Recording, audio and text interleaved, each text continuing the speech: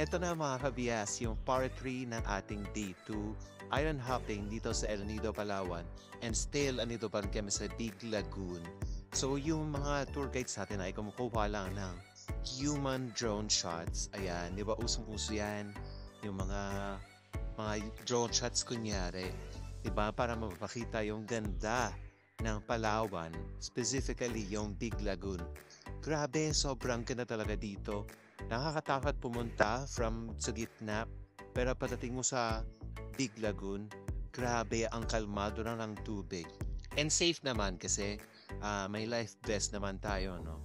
So, wala kayong magiging problema. So, yan. So, ito, inaantay lang namin yung aming sundo na bangka kasi pupunta na kami dun sa next destination natin. And dun na rin tayo kakain ng lunch.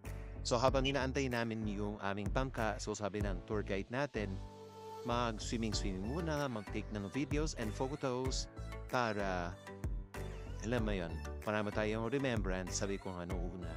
So ayan, so kami talaga, in-enjoy namin at talagang tinik advantage naman yung panahon na wala yung sundo kasi nga, bihira na lang tayo makapunta dito at baka matagalan pa ko.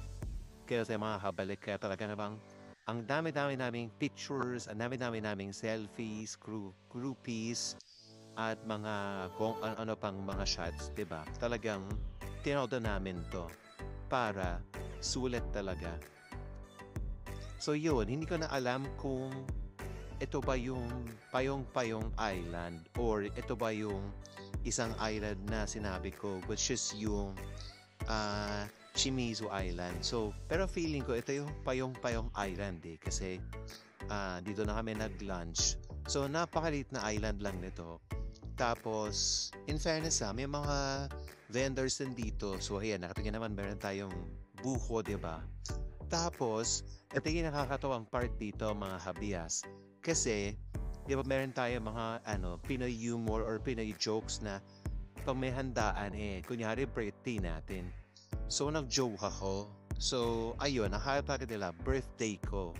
Kaya kinantahan nila ako ng happy birthday. Pero na-enjoy ko naman yun, kaya, di ba, bongga. So, ito na yung last na ayan na pupuntahan natin. So, mag-snorkeling tayo dito and magpapakain ng mga fish.